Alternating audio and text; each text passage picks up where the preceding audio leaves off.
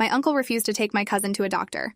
The funeral director asked if we wanted an open casket, and I watched my Aunt Diane collapse onto the showroom floor. My uncle stood behind her with his arms crossed, saying it didn't matter because Liam was already with God, and the body was just an empty shell. The funeral director shifted his weight and repeated the question more gently while Diane sobbed into the carpet. Uncle Gerald said closed casket would be fine and walked out to smoke a cigarette like he'd just ordered a pizza instead of deciding how to display his dead son's body. I was 17 and standing there holding my mom's hand while she cried silently, and I couldn't stop thinking about the last time I saw Liam 3 weeks ago when his tooth was hurting. Liam's tooth started bothering him right after his 12th birthday in late September. We were at their house for the party when he mentioned it hurt to chew the cake. Gerald told him to rinse with salt water and stop complaining because people lived for thousands of years without dentists. Diane suggested maybe they could get it checked just in case, but Gerald shut her down immediately, saying dentists were just scam artists who drilled holes in perfectly good teeth to make money. He launched into his usual speech about natural healing and how the body fixes itself if you give it time and proper nutrition. Liam nodded along like he always did when his dad got going on one of his theories about modern medicine being a conspiracy. My mom tried to suggest that tooth pain could indicate infection, but Gerald cut her off, saying his sister didn't understand biology the way he did from all his research. The party continued and Liam ate ice cream on the other side of his mouth. 2 days later, Diane called my mom asking if she had any natural remedies for tooth pain because Liam was still hurting. Mom suggested clove oil temporarily, but insisted they needed to see a dentist soon because tooth infections could spread. I could hear Diane's voice through the phone saying Gerald wouldn't allow it and she didn't know what to do. Mom offered to pay for the dentist herself, but Diane said that would just cause a huge fight with Gerald and make everything worse. She thanked Mom for the advice and hung up, promising to try the clove oil. I asked Mom why Diane couldn't just take Liam to the dentist without telling Gerald, but Mom explained that Gerald controlled all the money and the car, and he'd lose his mind if Diane went behind his back. She said their marriage was complicated, and we needed to respect their boundaries, even when we disagreed with their choices. The following week at school, I saw Liam in the cafeteria and his face looked swollen on one side. I sat down next to him and asked if his tooth was better, and he said no, but his dad ordered some special herbal supplements online that were supposed to heal infections naturally. He showed me a bottle of capsules with a label that looked homemade and said he had to take 6 a day. I asked what was in them, and he shrugged, saying something about golden seal and echinacea and other herbs his dad researched. He couldn't eat solid food, so he had a protein shake his mom made. His left cheek was puffy and red, and when he talked, I could see he was keeping his jaw stiff, like moving it hurt too much. I told him he should really see a dentist, and he got defensive, saying his dad knew what he was doing, and conventional medicine was poison. I backed off because Liam could get sensitive about his dad's beliefs, and I didn't want to fight. By the end of that week, Diane called my mom again, and this time she was crying. Liam's face was so swollen he couldn't open his left eye properly, and he had a fever. Gerald insisted it was just the body fighting the infection, and the herbs needed more time to work. He'd started making Liam do oil pulling with coconut oil for 20 minutes 3 times a day. Diane begged Mom to talk to Gerald, but Mom said he wouldn't listen to her. Instead, Mom called our family doctor and explained the situation, asking what could happen if a tooth infection went untreated. The doctor said infections could spread to the jawbone, the sinuses, even the brain in severe cases. He said a child with facial swelling and fever from a tooth abscess needed antibiotics immediately and possibly emergency dental surgery. Mom asked if there was any way to force treatment, and the doctor said unless someone reported medical neglect to child services, there wasn't much he could do. Mom hung up and stared at her phone for a long time before calling Diane back. The conversation between Mom and Diane lasted almost an hour. Mom told her what the doctor said about the dangers and begged her to take Liam to the emergency room. Diane kept saying she couldn't go against Gerald and that he'd be furious if she defied him. Mom asked if Diane was more afraid of Gerald than of Liam dying, and Diane started crying harder. She said Gerald had convinced her that doctors would pump Liam full of unnecessary antibiotics that would ruin his immune system and probably try to pull the tooth when it could heal naturally. Mom told her that was insane and Gerald's conspiracy theories were going to kill their son. Diane said she'd try talking to Gerald again and hung up. That night, Mom stayed up late researching whether she could call CPS about the situation, but she worried it would destroy her relationship with her brother and might not even result in Liam getting treatment if Gerald could convince the caseworkers he was following alternative medicine protocols. I went to school Monday and Liam wasn't there. He wasn't there Thursday or Friday either. His friends said he'd been out sick all week. I texted him asking if he was okay and got back a message saying his dad took his phone away so he could focus on healing without electronic interference. The text came from Diane's number. I showed my mom and she immediately tried calling, but nobody answered. She drove to their house that evening and Gerald answered the door, blocking the entrance. He said Liam was resting and couldn't have visitors because he needed quiet to heal. Mom demanded to see him and Gerald refused, saying she was being hysterical. Mom tried to push past him and Gerald physically blocked her, asking if she was going to assault him on his own property. Diane appeared behind him looking exhausted and told Mom that Liam was sleeping and doing better. Mom asked Diane to look her in the eye and promise Liam was okay, and Diane couldn't do it. She looked at the floor and repeated that he was sleeping. Gerald closed the door in Mom's face. Mom called the police that night, filing a welfare check request. 2 officers went to Gerald's house, and Gerald let them in, showing them Liam in his bed. The police report said the child was conscious and responsive, though appeared ill. Gerald explained his son had a tooth infection being treated with natural remedies and herbal supplements. The officers noted the child's swollen face and elevated temperature, but Gerald provided documentation of his alternative treatment plan. Since the child was not in immediate distress and the father was providing care, the officers determined no intervention was necessary. They recommended Gerald consider conventional medical treatment, but could not force it. The officers left, and Gerald called Mom screaming about how she'd sicked the cops on him and she was never welcome in his house again. Mom cried all night, knowing she'd done everything she could think of, and it wasn't enough. 3 days later, on a Wednesday morning, Diane called 911. Liam had a seizure and wouldn't wake up. The ambulance arrived to find a 12-year-old boy unresponsive with a fever of 105 degrees and massive facial swelling. The EMTs started an IV and rushed him to the hospital while asking Gerald and Diane what medical treatment he'd received. Gerald explained about the herbs and supplements, and the EMTs exchanged looks.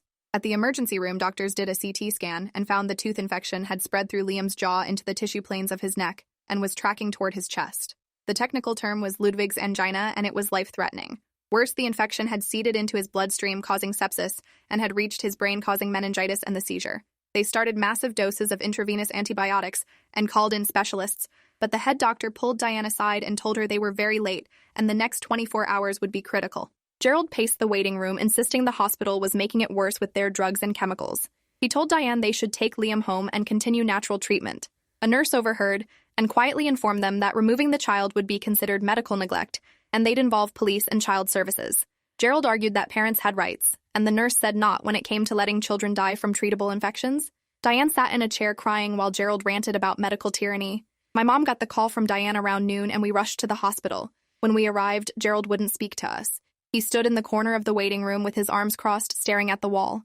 Mom hugged Diane, who collapsed, sobbing, saying she should have taken him sooner, and Mom said yes, she should have, but right now they needed to focus on Liam fighting. The doctors did emergency surgery that afternoon to drain the abscess in Liam's jaw and remove the infected tooth. They found extensive bone infection and had to remove part of his jawbone. The infection in his neck required another drainage procedure.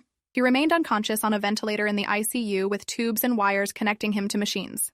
The infectious disease doctor explained that the bacteria had been growing unchecked for weeks and had caused severe damage to multiple organ systems. They were doing everything possible, but his brain swelling was significant, and his kidneys were starting to fail. Diane kept asking if he'd be okay, and the doctor said honestly, they didn't know. Gerald sat in the corner reading something on his phone about hospital malpractice. That first night in the ICU, my mom stayed with Diane while I sat with my dad in the waiting room. Gerald had gone home, saying the hospital energy was affecting his ability to pray effectively. Dad said quietly that Gerald was a goddamn fool and that boy might die because his father was too stubborn and stupid to take him to a dentist. I asked why nobody could have forced Gerald to get treatment, and Dad explained that parental rights were complicated, and unless there was clear imminent danger, authorities couldn't just override a parent's medical decisions. He said alternative medicine occupied this gray area where it wasn't illegal even when it was dangerous. We sat in silence for a while before Dad said if Liam survived this, Gerald should be in prison, but he probably wouldn't face any consequences at all. Liam died on Friday morning at 6:23 a.m. His organs failed one by one despite every intervention the medical team attempted. The infection had simply progressed too far by the time he received real treatment. Diane was holding his hand when the monitors flatlined, and she screamed so loud the entire ICU could hear it. Mom called us and we rushed back to the hospital. When we got there, Diane was sedated and Gerald was talking to a hospital administrator about signing forms. He showed no emotion, just methodically going through paperwork.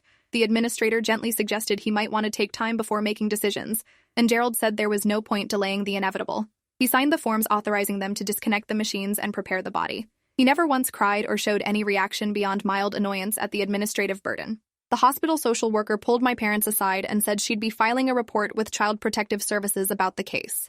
Even though Liam was deceased, the circumstances needed to be documented. She said the medical team had discussed the timeline, and the attending physician was prepared to testify that the child's death was preventable with timely conventional treatment. She gave my parents her card and said if they wanted to pursue any action, they should document everything they could remember. Mom asked what kind of action, and the social worker said possibly wrongful death, possibly criminal charges for medical neglect. She couldn't say what would happen, but the case was egregious enough that someone needed to review it. The funeral happened the following week, and it was surreal. Gerald acted like Liam had died from some unavoidable tragedy instead of his own negligence. He gave a speech about God's plan and how Liam was in a better place free from earthly suffering. He talked about having faith in divine wisdom and not questioning God's timing. People who didn't know the full story nodded along and hugged Gerald, telling him how strong he was. People who knew the truth sat in uncomfortable silence. My mom couldn't even look at Gerald. During the service, Diane sat motionless, staring at the closed casket. She'd lost 20 pounds in a week and looked like a ghost. When people came to offer condolences, she'd nod mechanically and say thank you, but her eyes were empty. After the funeral, we went back to Gerald and Diane's house for the reception. Their church had organized everything, bringing food and drinks and setting up tables. Gerald held court in the living room, accepting sympathy and sharing his spiritual insights about loss and faith. He never once mentioned that Liam's death was preventable. He never acknowledged his role in what happened. I stood in the kitchen with my mom watching him, and she whispered that she'd never forgive him for this. Never. Dad put his arm around her and said we should leave because staying was making things worse. We found Diane sitting alone in Liam's room holding one of his shirts. Mom sat next to her and asked if she needed anything. Diane said she needed her son back and started crying again. The Child Protective Services investigation started the following week. A caseworker named Vanessa Ochoa contacted my parents asking them to provide a statement about what they knew. Mom wrote out a detailed timeline, including the phone calls with Diane and her own attempts to intervene. She included the police report from the welfare check and the names of people who'd seen Liam's deteriorating condition. Dad contributed his own observations, and we both gave statements about seeing Liam at school with the swelling. Vanessa said she was also interviewing Liam's teachers and the doctors who treated him. She said the case was being reviewed for potential criminal referral, but that process could take months. Gerald hired a lawyer immediately. The lawyer sent a letter to CPS saying Gerald had been following a legitimate alternative medicine protocol and had sought medical attention when his son's condition worsened. The letter claimed Gerald was a devoted father who'd done everything in his power to help his son using methods he sincerely believed were effective. The letter threatened legal action against anyone making defamatory statements about Gerald's parenting. Mom received a copy of the letter and threw it across the room. She called Vanessa asking how Gerald could possibly claim he'd done everything in his power when he'd literally refused to take Liam to a dentist for weeks. Vanessa said she understood the frustration, but Gerald's lawyer was setting up a defense, and they needed to be prepared for that. Diane moved out 2 weeks after the funeral. She packed a suitcase and went to stay with her mother without telling Gerald. When he came home from work to an empty house, he called Mom asking where his wife was. Mom said Diane was taking space and Gerald had no right to be surprised. Gerald said Diane was abandoning him during his grief, and Mom laughed bitterly, saying Diane was grieving her son who died because Gerald was too arrogant to admit he was wrong. Gerald hung up. Diane filed for separation the next day, and her lawyer sent papers to Gerald. He contested it immediately, claiming Diane was emotionally unstable and making rash decisions while grieving. His lawyer argued they should attempt counseling before legal separation. The medical examiner's report came out in November. Cause of death was septic shock secondary to odontogenic infection with complications including necrotizing fasciitis, bacterial meningitis, and multi-organ failure. The report noted that the infection originated from a dental abscess left untreated for approximately 3 weeks. The medical examiner's opinion stated that with timely conventional medical treatment, including antibiotics and dental extraction, the patient's prognosis would have been excellent. The death was ruled preventable. The ME forwarded the report to the district attorney's office with a recommendation for review. Copies went to CPS and the state medical board. The district attorney's office took 6 weeks to decide whether to file charges. The prosecutor assigned to the case was named Keith Langford, and he called my parents in for a meeting. He explained that medical neglect cases were extremely difficult to prosecute because defense attorneys argued about parental rights and religious freedom and alternative medicine. He said Gerald's lawyer would claim he was providing care, just not conventional care, and that his religious beliefs about natural healing were protected. Keith said proving criminal neglect required showing that Gerald's actions were so far outside reasonable parenting that they constituted reckless endangerment. He asked if my parents thought a jury would convict, and my dad said if they heard all the evidence, yes, absolutely. Keith said he was inclined to file charges but wanted to be realistic about the challenges. Gerald was arrested on a Friday morning at his workplace. The charges were criminally negligent homicide and child endangerment. His bail was set at $50,000, and he posted it within hours, using his house as collateral. His lawyer immediately scheduled a press conference where Gerald stood on the courthouse steps talking about government overreach and the persecution of alternative medicine practitioners. He claimed he was being targeted for his religious beliefs and his refusal to submit to the medical industrial complex. He said he'd been a loving father who'd made the best decisions he could based on his research and faith. He never mentioned Liam by name, just referred to his tragic loss. Local news covered it, and the comment section filled with people debating parental rights versus medical intervention. The preliminary hearing happened in January. Both sides presented evidence and arguments about whether there was sufficient cause to proceed to trial. The prosecution brought in the infectious disease doctor who'd treated Liam in the ICU. She testified in clinical detail about the progression of the infection and explained that dental abscesses were common and easily treatable, but became fatal when ignored. She showed slides of Liam's CT scans and described the extent of tissue destruction. She stated unequivocally that the child would have survived with appropriate care received in a timely manner. Gerald's lawyer cross-examined her about alternative treatments and whether herbs could theoretically have antimicrobial properties. She said yes, some herbs had mild antimicrobial effects, but nothing remotely capable of treating a severe bacterial infection of this nature. My mom testified about her phone calls with Diane and her attempts to convince Gerald to seek treatment. She described going to their house and being turned away and calling for a wellness check. Gerald's lawyer tried to paint her as a busybody interfering in his client's family decisions. He asked if she had medical training, and she said no. He asked if she was qualified to override a father's judgment about his child's care, and she said you didn't need medical training to know a child with a swollen face and fever needed a doctor. The lawyer asked if she had evidence Gerald was being deliberately negligent, or if perhaps he was making good faith decisions based on his beliefs. Mom said letting your child die from a toothache wasn't good faith, it was criminal stupidity. The judge told her to stick to facts, not opinions. Diane testified, and it was devastating. She described watching Liam deteriorate over weeks while Gerald insisted his protocols would work. She admitted she'd been afraid to defy Gerald and take Liam to a doctor without permission. She said Gerald controlled their finances and their car and her access to family. She described feeling trapped between her child's suffering and her husband's authority. When asked why she didn't simply call 911 sooner, she broke down saying she'd failed her son and had to live with that forever.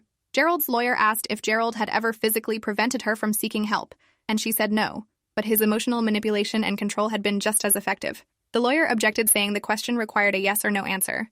The judge allowed it. The judge ruled there was sufficient evidence to proceed to trial. Gerald was ordered to wear an ankle monitor and restricted from leaving the county. His trial was scheduled for May, giving both sides time to prepare. Keith, the prosecutor, told my parents the judge's decision was encouraging, but jury trials were unpredictable. He said everything would depend on whether they could make jurors understand that alternative medicine wasn't a legitimate excuse for letting a child die. He said Gerald's defense would focus on parental rights and religious freedom, and they needed to counter that with the fact that freedom doesn't include the right to kill your children through neglect. Gerald's legal defense fund raised $30,000 from supporters who saw him as a victim of government overreach. His lawyer was experienced and expensive and determined to win. They filed motions to exclude certain evidence and to prevent witnesses from characterizing Gerald's beliefs as unreasonable. They requested that the trial be moved to a different county, claiming Gerald couldn't get a fair trial locally due to media coverage. The judge denied the change of venue, but agreed to exclude some of the more inflammatory language from witness testimony. Keith said this was standard defense tactics and expected. Diane's divorce proceedings moved forward separately. She'd filed for dissolution of marriage, citing irreconcilable differences and Gerald's role in their son's death. Gerald contested it, viciously fighting over every asset.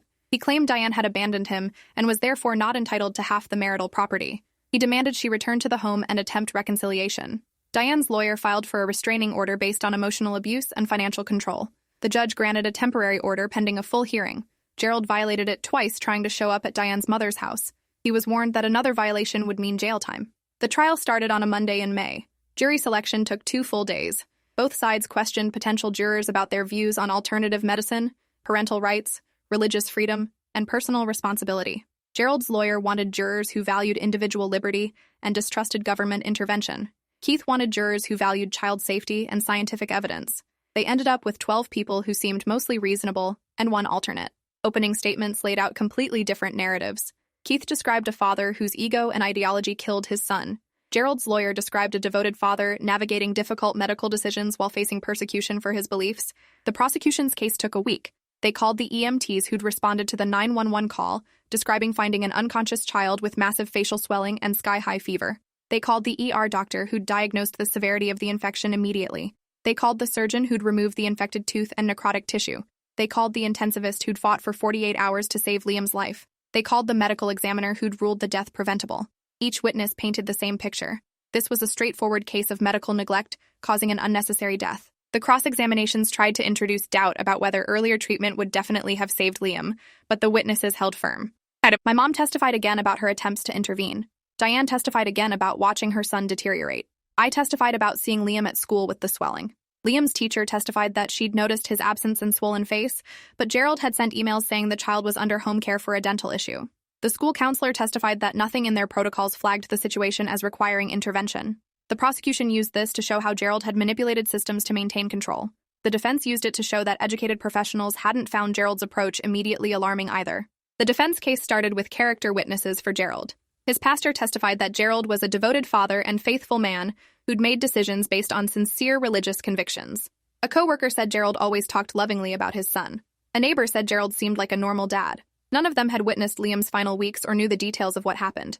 Keith's cross-examinations emphasized that being generally nice didn't excuse letting your child die from a toothache. Then Gerald's lawyer called an expert witness, a naturopath who testified about the legitimacy of natural medicine approaches to infection. Keith's cross-examination destroyed him, pointing out he had no medical degree and asking if he'd ever successfully treated necrotizing fasciitis with golden seal. Gerald took the stand in his own defense, and it was infuriating. He portrayed himself as a concerned father who'd researched treatment options and made informed decisions. He said he'd been monitoring Liam carefully and had intended to seek emergency care if the natural protocols didn't work. He claimed the infection had progressed faster than expected based on his research. He said he'd been praying constantly and had faith that God would heal his son. When asked why he'd refused to take Liam to a dentist weeks earlier when the problem started, he said he'd believed the body could heal itself with proper support. Keith's cross-examination was brutal, asking Gerald if his research had included reading about children dying from untreated tooth infections. Gerald said he'd been focused on success stories from natural healing. Keith asked if his son's death changed his views on alternative medicine, and Gerald said he still believed in natural healing but acknowledged this outcome had been tragic. Closing arguments happened on a Friday afternoon. Keith reminded the jury that sincerity wasn't a defense for killing your child. He walked them through the timeline showing multiple opportunities where Gerald could have sought help and chose not to. He described Liam's final hours in the ICU, suffering from an infection that began with a toothache. He said this wasn't complicated. Medical neglect was refusing to provide necessary care, and Liam had needed care that Gerald refused to give. Gerald's lawyer gave an impassioned speech about government overreach and the danger of criminalizing parents who make unconventional choices. He said Gerald had been providing care, just not the care the state approved of, and that wasn't criminal.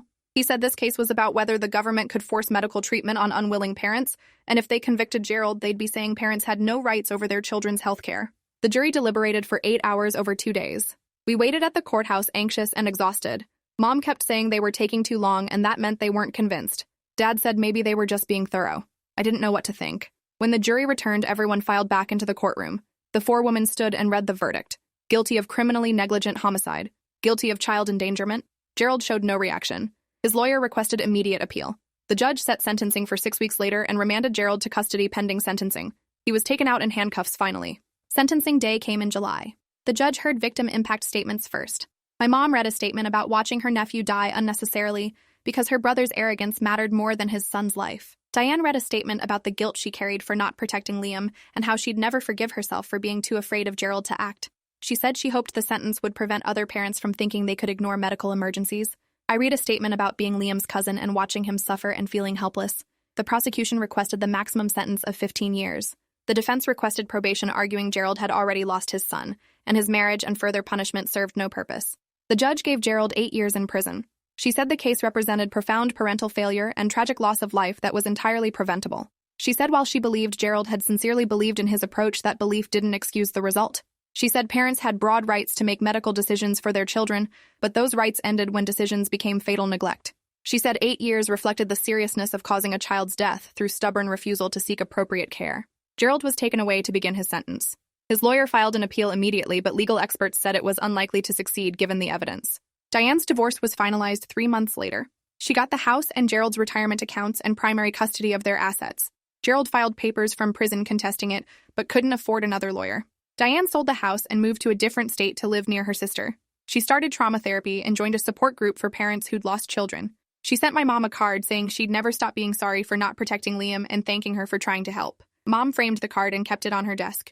The CPS investigation concluded with findings of severe medical neglect and recommendations for policy changes. They suggested clearer guidelines for mandated reporters about when alternative medicine crossed into neglect. They recommended training for school staff and police about recognizing medical emergencies. They suggested a public awareness campaign about the dangers of untreated dental infections. None of it would bring Liam back, but maybe it would save some other kid whose parents thought Google research trumped medical degrees. I graduated high school and started college still angry about the whole thing. Sometimes I'd see articles about medical freedom and parental rights and want to scream that freedom killed my cousin and Liam deserved better than being a martyr for someone else's ideology. But thanks for watching till the end. Make sure to subscribe and like to not miss the next story.